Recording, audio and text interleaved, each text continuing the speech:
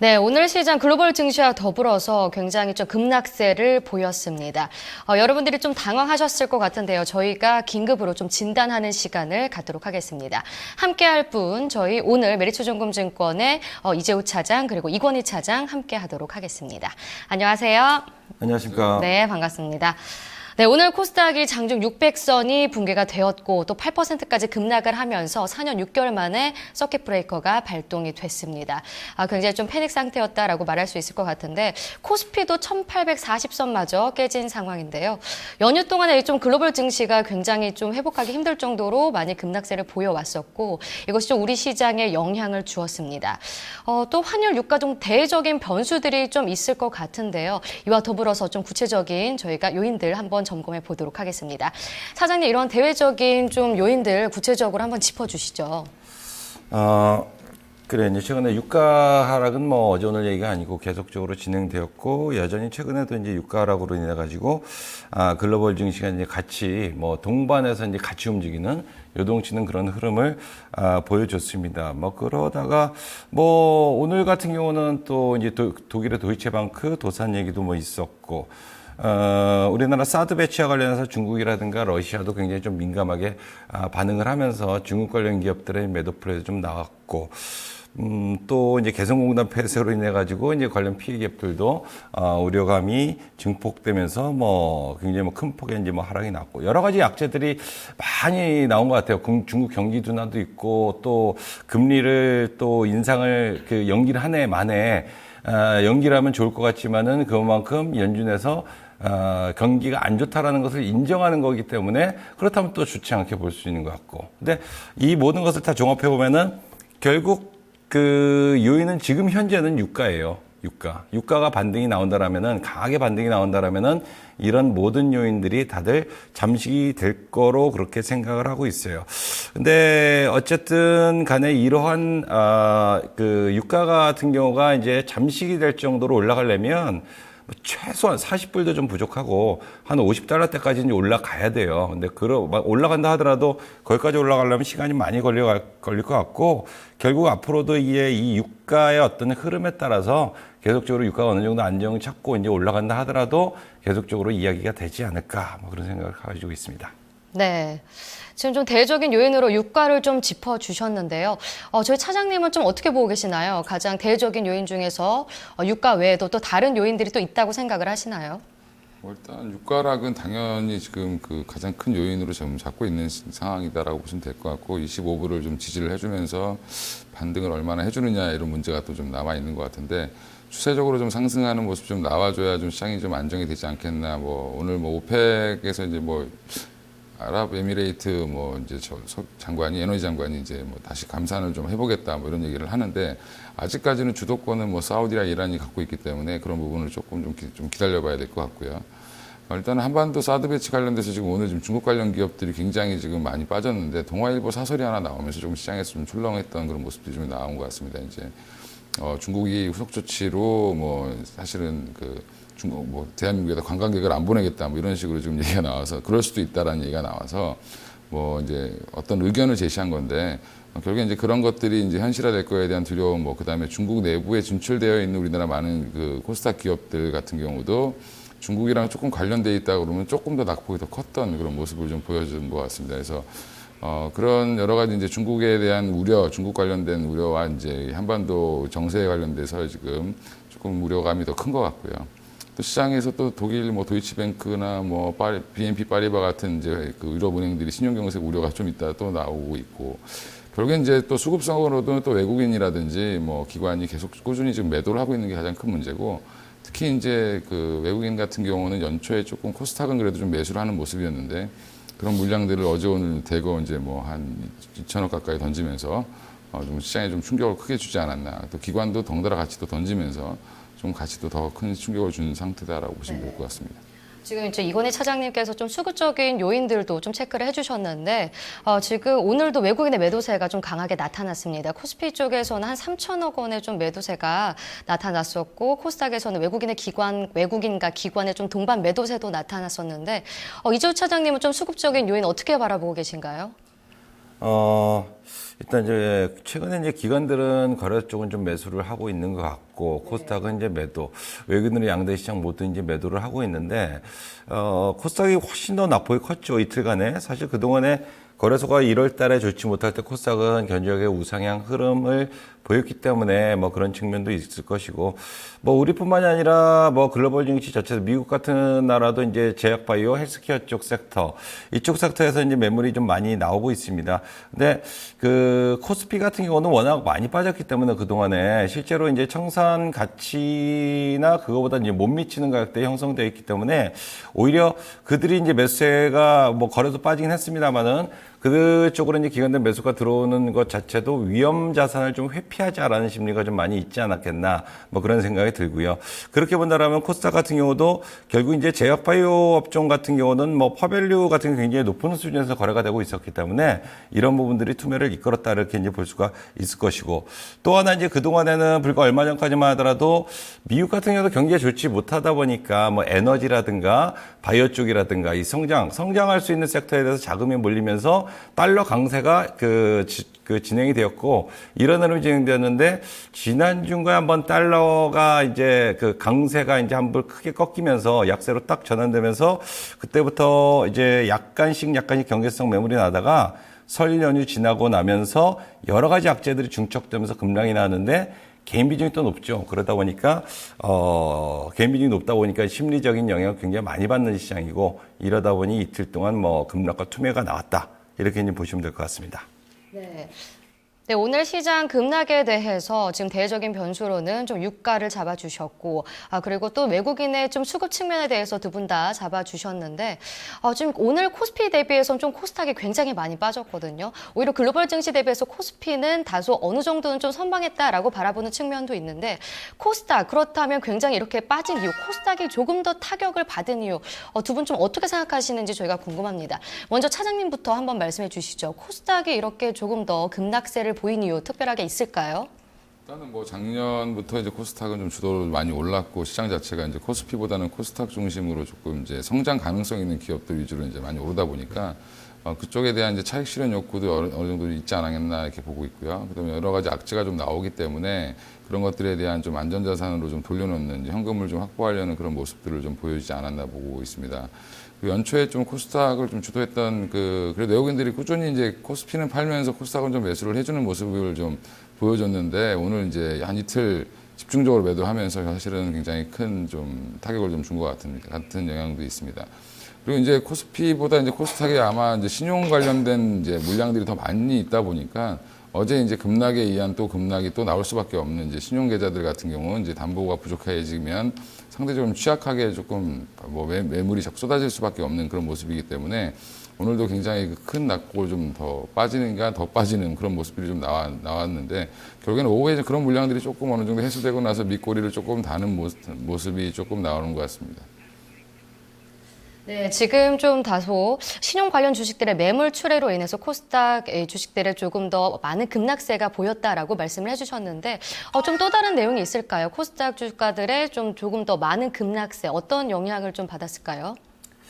아무래도 이제 사실 주가가 빠지는 요인들은 뭐 여러 가지가 있습니다만은, 단기 급락이 나왔을 때는 아무래도 이제 좀 전에 차장님께서 말씀해 주셨다시피 이런 뭐 신용 물량이라든가 수급적인 측면이 가장 크다고 이제 보는 게 맞아요. 뭐 좀 전에 여러 가지 유가 급락이라든가 다른 요인들은 다 말씀을 뭐 드렸기 때문에 이런 신용과 관련된 어떤 물량, 그리고 이제 어떤 뭐 불안 심리들이 주가 이제 급락을 만들었다, 그렇게 이제 보시면 되겠는데, 일단 여기 이제 도이치방크 도산 위기 얘기가 나오다 보니까 이게 가만 보다 보니까 2011년 재정위기도 그렇습니다만 2008년도 위기, 그때 이제 금융권들의 위기가 굉장히 거셌죠. 이런 위기가 이제 대접이 되면서, 또 이제 어떤 수급적인 측면, 꼬여있는 수급까지 같이 맞물리면서 급락 투매가 같이 진행된 부분들이 아니었겠나, 뭐 그렇게 보고요. 전반적으로 이제 뚜렷하게 이 코스닥 시장이 더 빠진 이유를 뚜렷한 다른 요인은 없어요. 결국 가장 큰 요인들은 이런 여러 가지 대외적인 악재에 따라서 뭐 신용 물량의 청산 매물이라든가 이런 부분들이 가장 큰 요인이 아니었겠나 그렇게 봅니다. 네, 지금 코스닥이 조금 더 타격을 받은 이유로는 좀 신용 관련 주식들의 매물 출회와 더불어서 그리고 도이체뱅크 도산 우려로 투매 양산도 나타났다라고 말씀들을 해주셨습니다. 지금 오늘 코스닥 흐름을 보면요, 지지선이 조금 의미가 없는 상황인데요. 지난 8월에 610선을 이탈을 했고 또 12월에는 630선까지 좀 하락한 바 있습니다. 근데 오늘 장중에 코스닥이 594선까지 떨어지는 모습도 있었거든요. 많은 증권가에선 그동안 좀 650선을 어느 정도 좀 지지선으로 잡고 있다라고 말들을 많이 했었는데 저희가 좀 여쭤보고 싶은 게 기술적인 측면에서도 좀 궁금하거든요. 좀 이재호 차장님 좀 어떻게 바라보고 계신가요? 사실 이게 차트만 놓고 보면은 주봉상으로 놓고 보면은 일단 120선에 120일 이평선에 딱 걸려 있는 그런 양상이고요.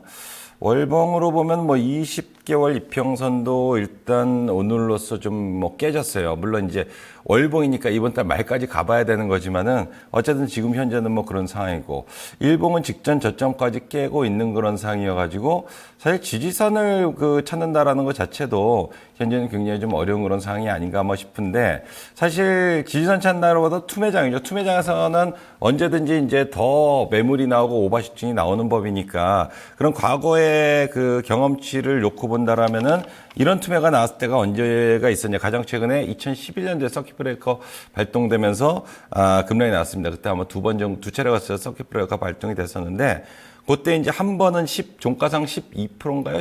11%인가? 그거 빠지고 나서 그 다음날부터, 장중에 12% 정도 빠지고 그 다음날부터 반등이 나왔고, 그리고 두 번째 투매 때는 종가상 거의 8% 정도 빠지고 나서 그리고 나서 반전하는 그런 흐름을 보여줬습니다. 오늘 장중에 한 8% 넘는 그런 급락이 나왔으니까 그때 상황에 비춰본다라면은 어떻게 보면은 여기서 이제 반발이 나올 수도 있는 자리나, 그 종가상 기준으로 본다면은 그때보다는 약간 이제 못 미친다, 이렇게 이제 보는 게 맞을 것 같고, 사실 2011년 유럽 재정위기보다는 이번에 파괴력은 좀 떨어지는 것 같아요. 그래서 어떻게 보면은 오늘 아니면 다음 주 한두 차례 더 흔들린다라면은 그 다음 주 초반에 그런 반등이 나오지 않겠나 싶은데, 이게 지지선은 의미가 없으니까 가격적으로는, 그러면 시간적으로 한번 대입을 해보면 우리가 이제 지난 1월 중순께부터 오늘 급락자리까지 18거래일이 지났습니다. 그리고 작년 12월 중순께 로부터 이제 오늘까지 39거래. 그러니까 다음 주 한 화요일, 수요일 코스면은 42개 캔들이 지나가니까 이게 이제 일목균형표상으로 본다 그러면은 변화가 도래할 수 있는 시기다. 그렇게 이제 얘기들을 하거든요. 그러면 오늘 짧게는 18거래는 오늘 변화가 도래했고, 다음 주 화요일, 수요일 코스면은 12월 중순께 기록했던 저가로부터 42번째 되는 날이니까 변화가 들어올 수 있는 자리고요.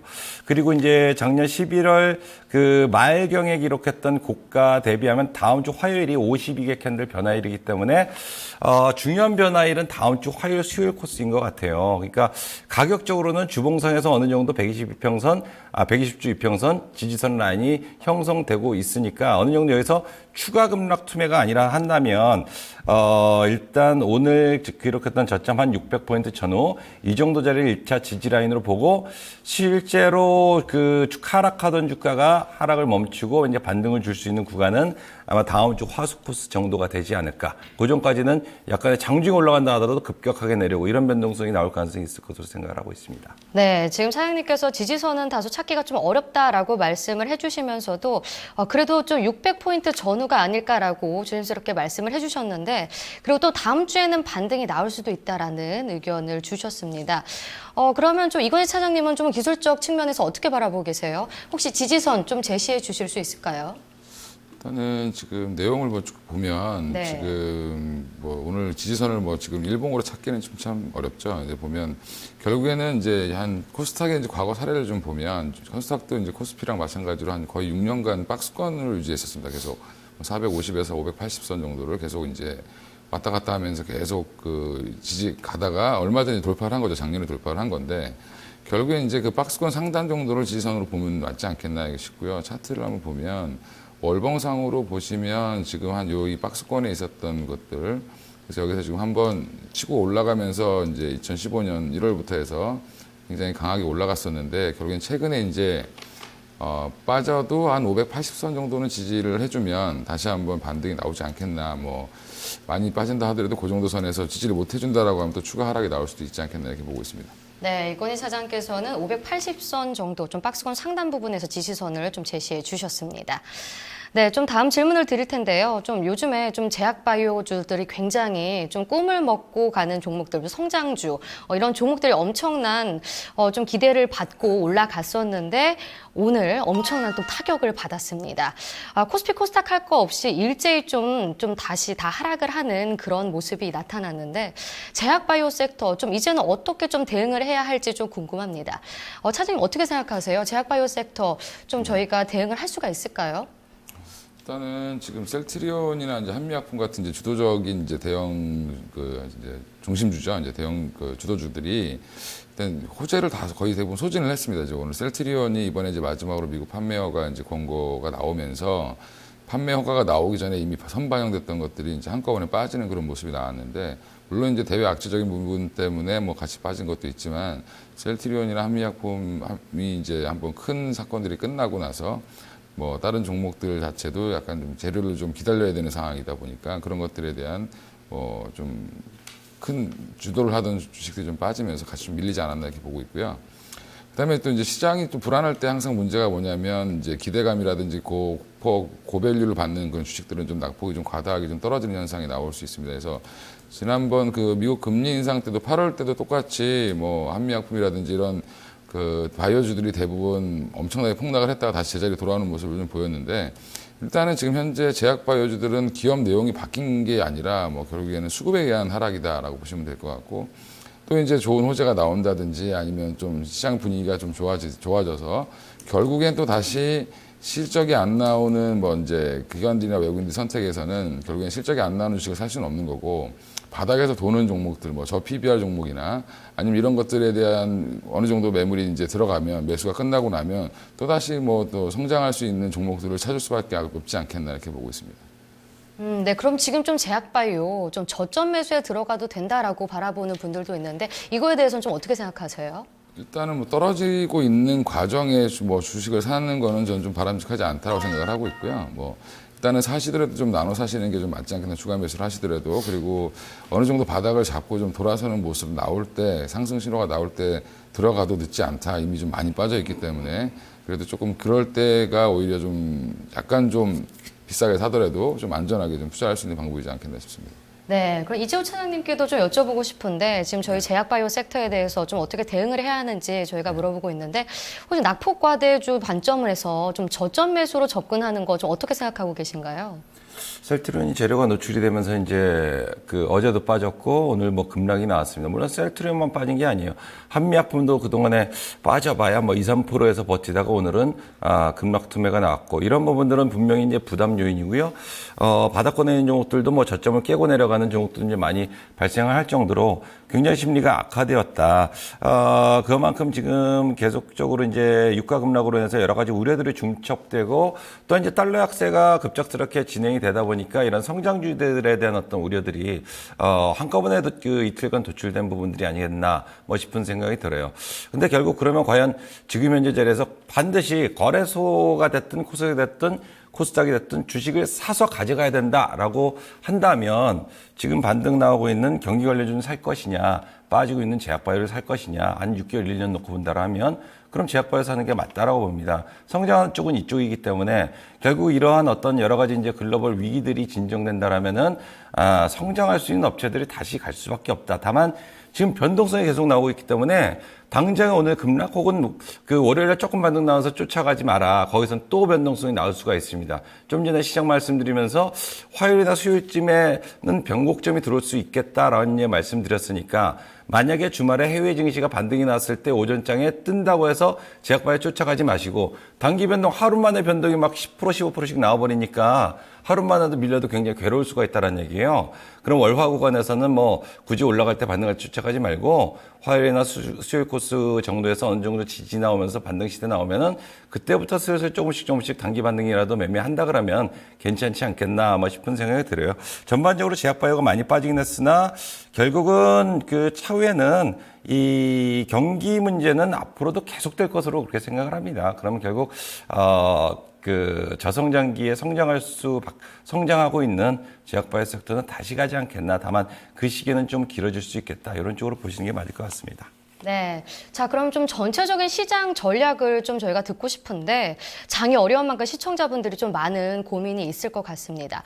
좀 어떻게 전망을 하고 계신지 궁금한데요. 이건희 차장님부터 한번 말씀해 주시죠. 좀 지수대 어느 정도로 좀 예상을 하고 계신가요? 일단은 지금 뭐 지수나 뭐 이런 걸 지금 예상하는 것보다는 대응을 하는 게 가장 중요한 건데 네. 결국에는 지금 시장이 움직이는 거에 어떻게 대응을 할 것인가, 지금 현재 갖고 있는 종목들을 가져갈 것인가 아니면 뭐 반등 시에 좀 매도를 해서 현금을 가져갈 것인가라는 건데 결국에는 지금 변동성은 당분간 커질 수밖에 없다라는 거를 전제하에 두고 좀 매매를 하시는 게 맞을 것 같고요. 결국엔 이제 오펙의 뭐 그 오일 생산 감축 관련된 얘기라든지 뭐 미국 금리 인상 연기 관련된 것들 이런 얘기들이 좀 확실하게 나와야 됩니다. 지금 결국엔 좀 애매모호하게 지금 항상 소문처럼만 나왔다가 없어졌다 막 이러니까 지금 사실은 시장이 좀 불안 심리가 더 강한 것 같고요.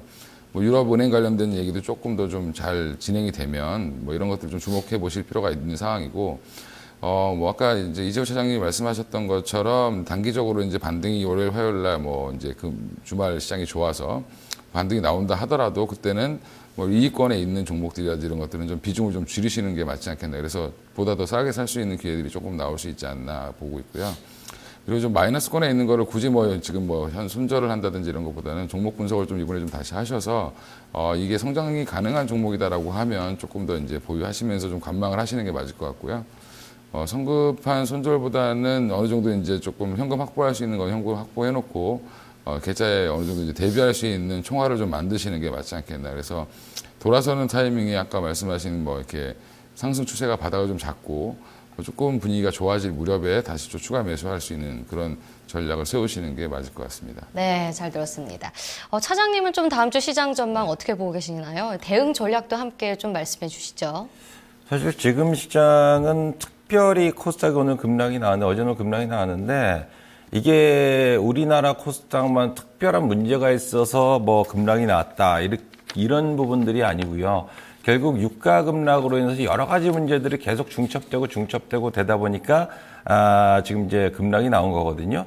근데 유가라는 것이 지금 26달러, 7달러 정도예요. 그러면 저도 제 생각에는 25달러 이하로 내려가긴 쉽지 않을 거다. 10달러 때까지 볼 수 있다라는 얘기도 있긴 합니다만은 그렇게까지 가지는 않을 거다. 3월에는 뭐 여러 가지 수급적인 측면이 어느 정도인지 풀리기 때문에 그럼 25달러를 바닥으로 놓고 본다라면은 왔다 갔다 하는 흐름이 언제든지 나올 수가 있어요. 그러니까 뭐 오늘도 이제 뭐 그 감산 얘기가 나오니까 시간에 또 반등이 나오죠. 그러니까 어떤 뭐 감산 얘기라든가 관련된 인사가 말 한마디 바꿔버리면 상승하던 유가가 확 빠질 수가 있는 거고 빠지던 유가가 확 올라갈 수가 있는 거고 그렇게 가는 거예요. 특별한 뭐 이유가 없습니다. 빠지는 이유라든가 올라가는 이유 없어요. 그러니까 즉 전략은 지금은 어떤 펀더멘털이라든가 다른 요인들로 인해서 움직이는 부분들이 아니고 유가에 따라서 해외 증시의 움직임에 따라서 등락 거듭하는 그런 장이니까 그냥 알기 쉽게 아까 좀 전에 코스닥 지지선 물어보고 하셨는데 그것도 별 의미가 없다고 봅니다. 많이 빠지면 매수, 좋은 종목, 성장성 있는 종목, 많이 빠지면